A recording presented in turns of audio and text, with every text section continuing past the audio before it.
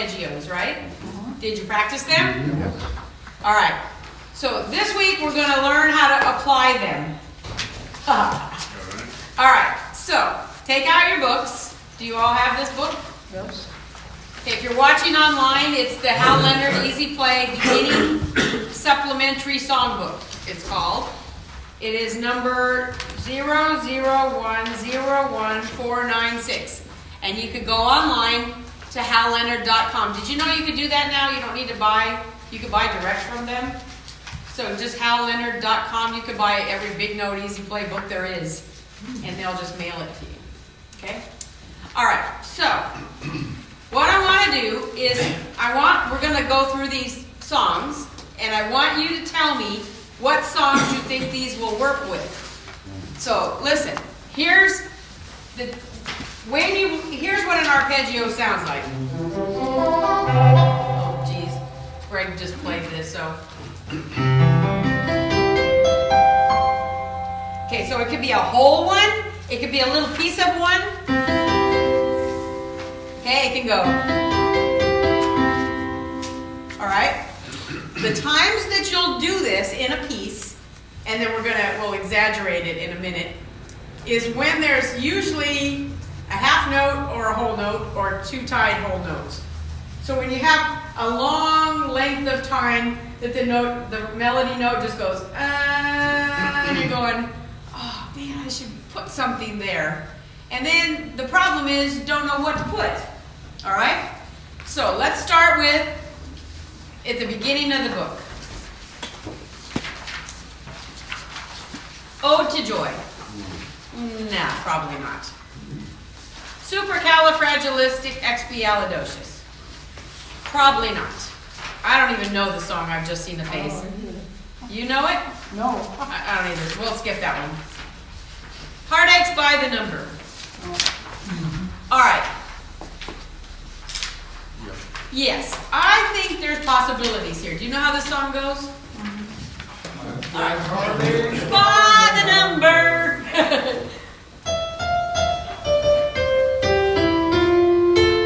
Now, there's an A tied to an A. I could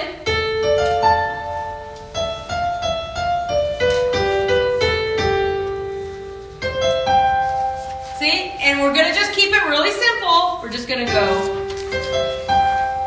See, it's a C chord, and we're just going to roll the C chord above the melody note, which is G. Whoops.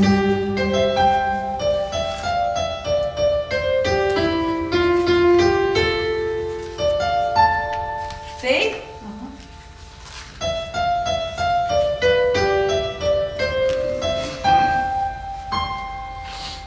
Now, what kind of rhythm do you hear? Country. Yeah. Country rhythm. Country serenade.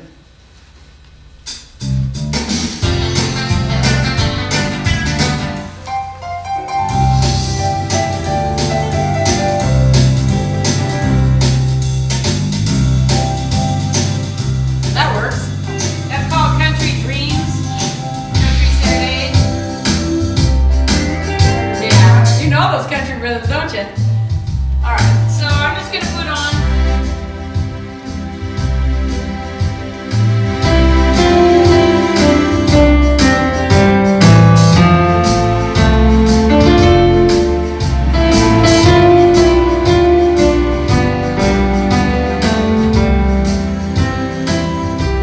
See how simple?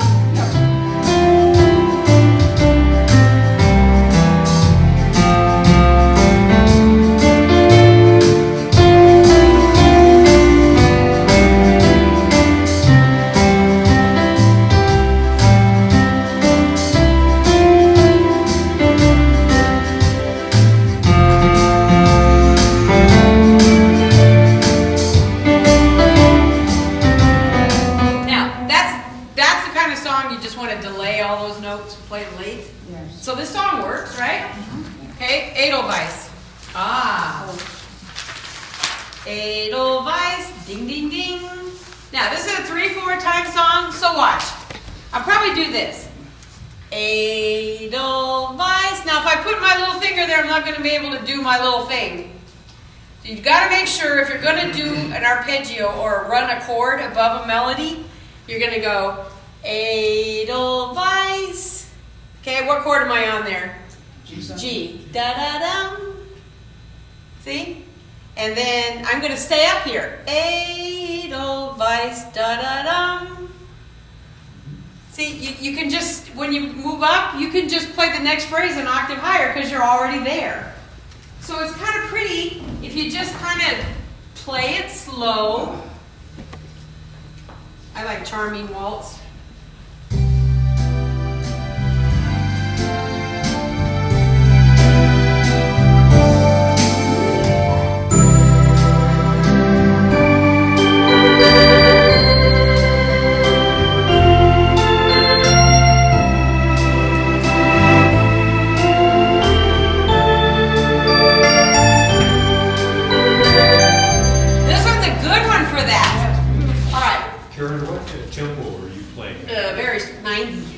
Slow, yeah. Okay, look at Edelweiss. What I want you to do is, we teach you to do all these things, but we don't teach you how to use them, on a regular basis on different kinds of songs. So here's the premise of all we're going to do this week. You're going to play the melody, Edelweiss. That's a long, you got like 3 beats there to hold that note. So above that D note, all right, if I'm on D here, how do you spell, it's a G chord with my left hand, right? How do you spell a G chord? GBD. GBD. So I'm just going to play GBD above it. See? Da-da-dum. Now, what if I was on a B note with a G chord? I play DGB. See, you've got to just play the notes that are in the chord. That's why all these months I've been drilling into your head. You have to know how to spell the chords. Okay, a good way to get into this is when you practice arpeggios, like this, if you're going to do GBD, practice them this way too, and this way. Invert them. So you play a G chord here, a G chord here, and a G chord there, and then you go back to the root. So this is the root position. Take the G off the bottom, put it on the top. Take the B off the bottom, put it on the top. Okay? All right, so spell for me an F chord. F-A-C. Take the F off the bottom and put it on the top. A-C-F. Take the A off the bottom and put it on the top. C-F-A. You really got to get into that rehearsal and exercise of doing that before you can have fun doing this. Okay? All right. Next song. Stand By Me. You know this song? Da-da-da. Da-da-da-da-da. You think it'll work? Can you hear it? Well, let's see. So we're going to have to go to oldies department.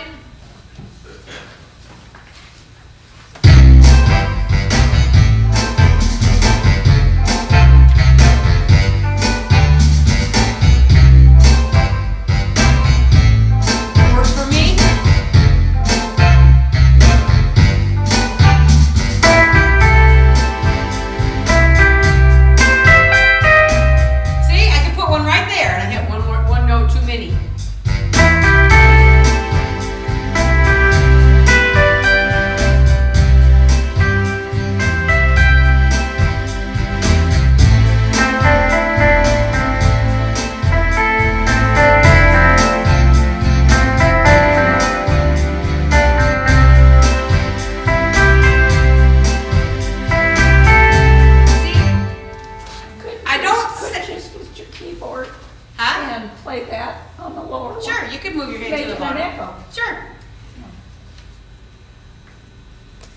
Okay, I'm doing this for video purposes.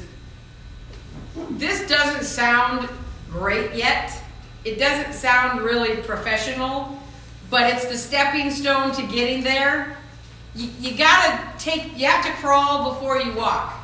So what I'm going to try and do in the next few weeks is give you some steps to take to get where I want you to be. All right? So this is the first step. I just want you to go through this book, find all the whole notes or the tied notes, and just walk up to them and see what happens. Okay, let's try a couple more.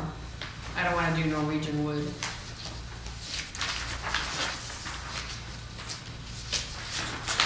Tuxedo Junction, page 19. All right, Tuxedo Junction. Where's all the sustain coming from? From Greg. And I did a panel reset after I was done. You did? Yeah. Yeah. Okay. So now we're going to play Tuxedo Junction, and I don't even want you to play the chords. Just play the melody and see where it goes. So we're going to just put on like full 3.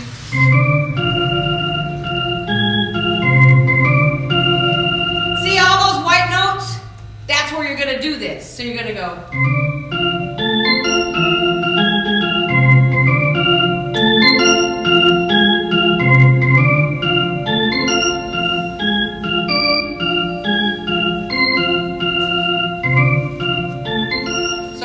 All you get to do. So you hit the F note, so you're going to go da-da-da. All right, and you're going to build an F chord right above it. A, C, F, da-da-da-da, da-da-da-da-da-da-da-da-da. Just like that. That's all for about 10 more minutes. Okay? All right. Thumb through and find another song. Ooh, Crazy will work. Crazy, da-da-da. That'll work really good. So you're going to go.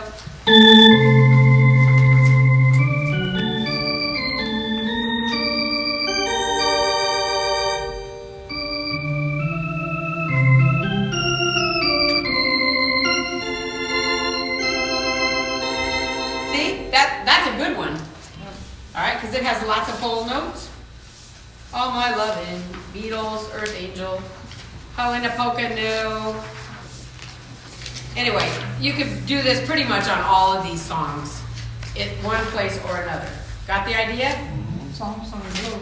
Yeah, and when I'm 64, I love this song.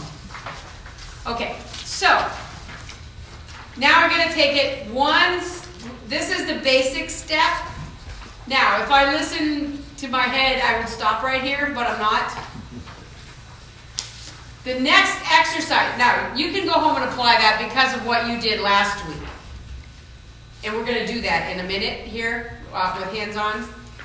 This week, the exercise is on that paper I gave you. Okay, take it out. It says Chidi, Blues, and Jazz. Now, I listen to my husband play the piano. He's amazing. I go to all these concerts with him and listen to groups and listen to him practicing, and he is like jamming. You know, don't you ever wonder how these guys can take their melody and just take off and go crazy? And they go, how do they do that? Well, I went to I've been to workshops and I bought books and everything on how do you play blues and jazz. I've come to the conclusion that there really aren't any books that are any good. I have them all. So if you'd like to borrow some, you're welcome to. You know why? Because they may apply to 1 or 2 songs, but I can't apply them to anything else. And I've been to some really good musicians' workshops. And they pile on all this information to you. And then I go home, and I'm just like you. I can't do any of it. I'm going, well, I thought I had it, and then I get home and I try to apply it, or I could apply it to the song they gave me, but nothing else. So, a couple of years ago, I was talking to a person who plays by ear. And I like to pick ear players' brains because they usually can't tell you what they're doing. But this particular ear player, I said, how do you know what notes to play when you go crazy like that? And he goes, you know, pretty much I'm thinking about the chord that I'm playing.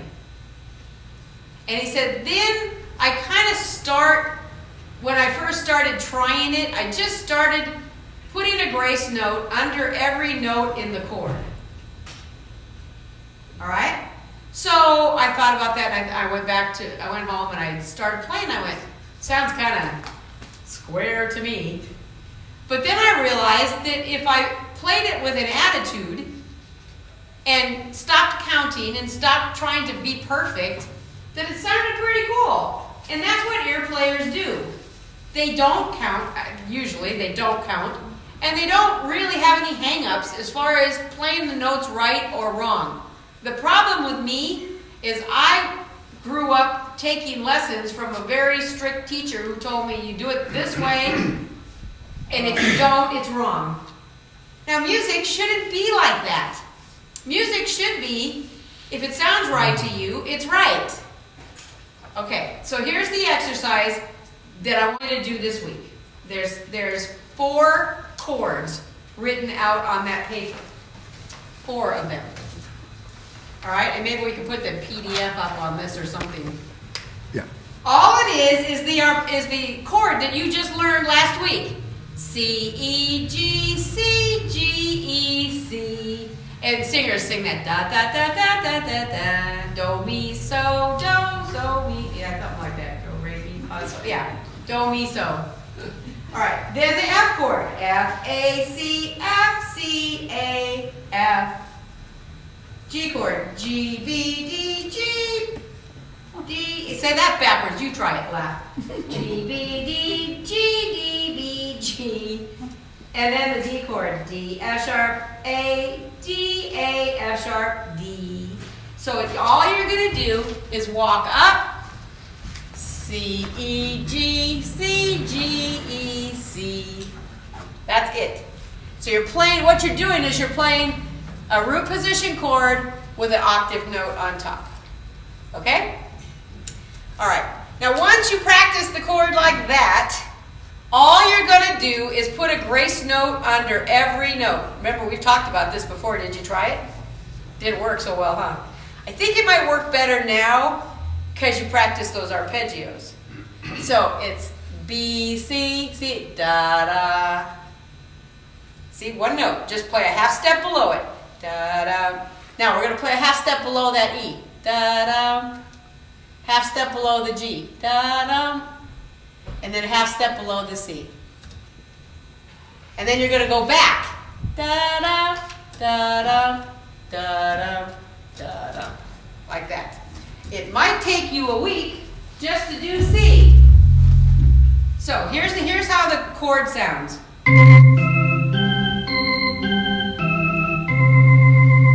Alright, so we got to get a cool rhythm first.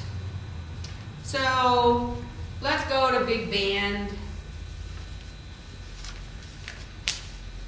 I like this one.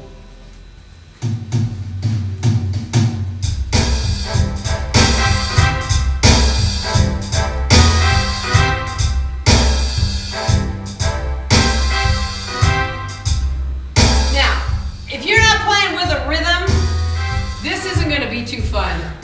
So you might as well turn a rhythm on, because it's boring if you don't. So turn on a rhythm really slow. We're just going to do this.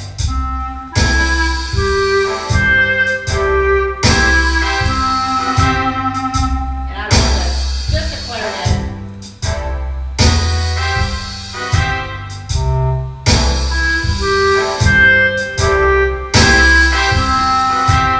Okay, see down at the bottom? That's the way I want you to practice it. Alright, so it's 2 bars of C.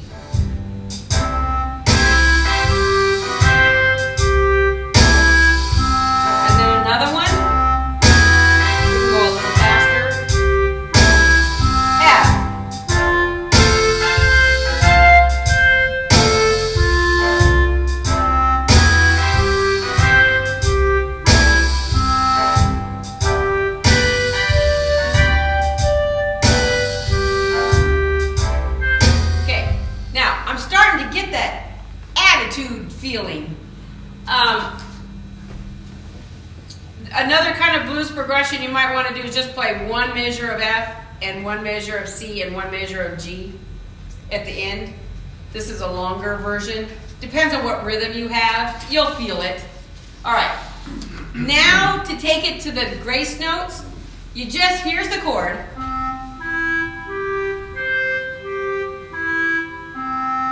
Now I'm going to grace note every one of those.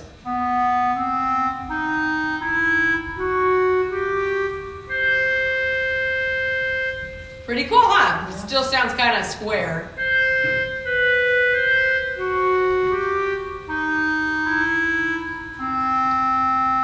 you don't just know the last one, that's just all. I didn't feel like it that time, but you can. All right, I kind of like to just land on it. All right, then I'm going to try G.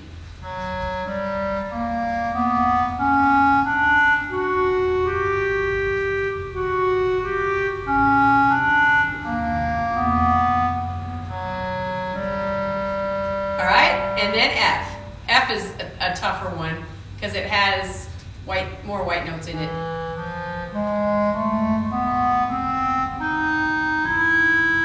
Okay, look at F. G is easy because watch.